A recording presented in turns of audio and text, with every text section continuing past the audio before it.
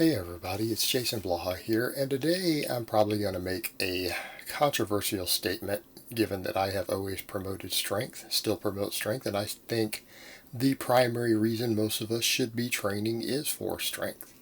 Strength is just simply more useful overall for every element of your life, your long-term fitness, health, survival, athleticism, everything else, than focusing on looks or aesthetics. None of that is changing here. But something that we have to talk about here, and it's something that I've had to accept, and it's been a bitter pill for me, and that's the simple fact that progressive overload and mechanical tension, in other words, even weight on the bar, is not a primary driver of hypertrophy. And I'm not saying it doesn't matter, because it absolutely matters in the context of your volume and your current size levels and strength levels. It absolutely matters. But let me put this very, very simply. Even when you take a novice lifter, and let's say we put them on a 3x5 or a 5x5 linear progression program, which is a modest amount of volume usually. It's not low volume. It's on the lower end of volume. And we focus on adding weight all the time, right? You know, we take squats and we have someone do a 3x5 or 5x5, whichever system you're running. It's a standard novice protocol with a dozen proven effective programs out there to get novices through their noob gains. What do? We don't change the volume. We add weight every single workout. Well, someone would look at that and maybe conclude, well, if the only variable you're changing is mechanical tension on that squat, say as their primary lower body lift, and they're gaining muscle, then the progressive overload must be the driver. And I'm going to say no, it's absolutely not. It's not. It's not. It's the training fatigue we create. Now, is the volume partially a product of the weight on the bar? Of course it is. But what we are shooting for is how much exertion is a person putting out for a given number of reps. In the case of a 5x5, you're doing 25 total reps. And if we're working with a relatively heavy 5-rep weight, we're getting a fair amount of effective reps. Because if you're doing your 6-rep max for a 5x5, right? That's basically 20 reps that are within 5 of failure. That's actually a lot, right? We're creating a lot of fatigue. Would that be dramatically different than if we did 4 sets of 10 with pretty much limit sets? It would be pretty similar amounts of volume. It would still be a lighter weight. Would growth be similar? Yeah. Yeah, it would be. Weight on the bar is what determines your strength. The amount of volume you do that is quality volume, volume that is fatiguing enough to create fatigue, metabolic fatigue in the muscles, that is what gets you bigger. It really is. It really is. People say, well, isn't size and strength the same thing? Well, no. Size gives you more strength potential. You have to actually practice lifting heavy and moving heavy weights to get strong. Okay? In other words, you can do a 5x5 with 300 pounds on an exercise, and you can calculate all you want that your max is whatever. But some guy who routinely comes in and does a single with 350 on that same exercise, when you go to test your max, you might find you're not as strong as him. You have the potential to be stronger than him, but if you haven't actually practiced lifting more than 350, because you haven't done singles, you haven't practiced 1-rep maxes, which is how strength is defined. That is how strength is defined, your ability to produce force one time. Okay, that is what strength is. There is no such thing as 5-rep strength, 10-rep strength. All right, that's actually nonsense. That's bro science bodybuilder nonsense. Strength is measured with a 1-rep max, which requires muscular coordination. Okay, it's a performance element that is largely dependent upon the amount of muscle mass that you have. So let's come back over to the point with the novice 5x5. The fact that you can add the 5 pounds each workout is proof that you're growing.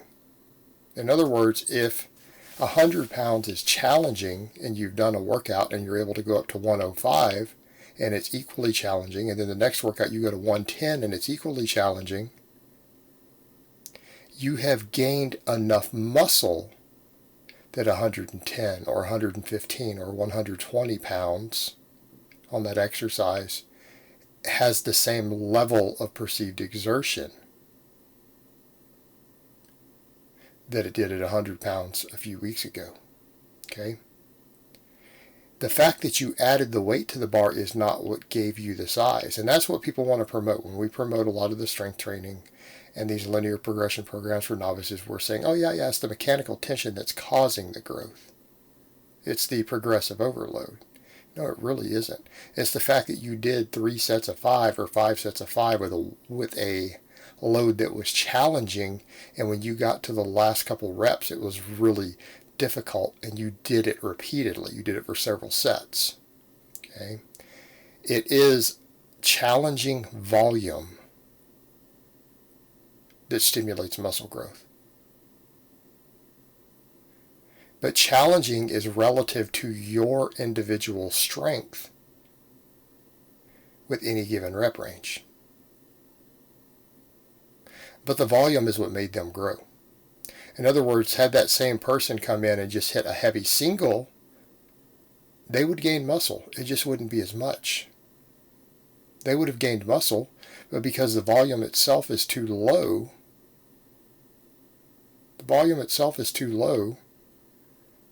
they're not going to gain significant size from it. They'll gain a little bit, but it won't be nearly as much as that 3x5 does. And here's my point. The reason we have to continually add weight is because the tension matters as far as how challenging the exercise is for all the muscles. All right? I want to make that clear. So in other words, if our goal was just a hypertrophy, we could in theory add volume indefinitely, but it's inefficient, isn't it? It's really inefficient.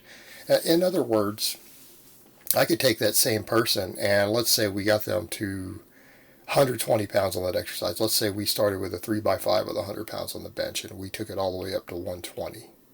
And then we decide we don't want to add any more weight for a while. What happens if we go to 3 sets of 6, 3 sets of 7? Okay, you guys see where I'm going with this? What happens if we take it to 3 sets of 10 and leave 120 on the bar? Are they going to continue to grow? Yes, they will. They'll continue to gain muscle. Why? Because we've continued to fatigue the muscles. Now, a lot of people say, well, nobody's ever gotten really big benching 120 pounds, even for ultra high reps. No, they haven't gotten really big, but they can get bigger up to a point. It becomes ludicrous when eventually we get to 3 sets of 10, then we add a 4th set of 10, then we try to work towards adding a 5th set. Let's say we get to 5 sets of 10, right? Well, now that's a lot of volume. It's the sort of volume I do for hypertrophy stuff. It's what I'm doing on this video right above, all these videos, 5x10s. Well, if we don't want to continue to add weight, we're going to have to keep adding reps. By the time you're doing 5 sets of 20, we're getting ludicrous. Okay, it's just silly. It's inefficient at that point. It's inefficient. But it would continue to gain muscle. It would. It would cause hypertrophy. So the progressive overload as far as the tension actually isn't the driver. Let's come over to the point. The progressive overload is proof that you gained muscle because a bigger muscle is a stronger muscle. Bigger muscle is a stronger muscle. So therefore, as you've gotten bigger, when we take someone on that 5x5 or 3x5 system and they started out doing 100 pounds for sets of 5 on the squat, and they get to where they're doing 315 for sets of 5 on the squat, they will have gained an enormous amount of muscle mass. But that's because they have systematically and repeatedly loaded all those muscles to fatigue with a volume that was capable of inducing muscle growth. But it is the fatigue caused by the volume itself that is causing the growth. Now, how heavy you choose to go, in other words, heavy in terms of relative percentage of your 1 rep max, is going to determine how much stronger you get. But that's because it's teaching you to maximize the strength potential of the muscle that you're gaining. Okay, so what I'm suggesting here is that when we program for ourselves and for other people, that we understand that it is the volume that makes you grow. And if you want to get somebody as big and as strong as possible, which should be the goal, you're going to have to do heavy singles and you're going to have to do significant amounts of training volume. Now, how you choose to organize that is kind of up to you. It's a more nuanced topic. But you're going to have to do that. But the reality is training volume is the stimulator of growth in the context of how challenging and fatiguing that volume was. Alright guys, well that's really all I have to say on that today. I hope it's been informative, and I will talk to you guys next time.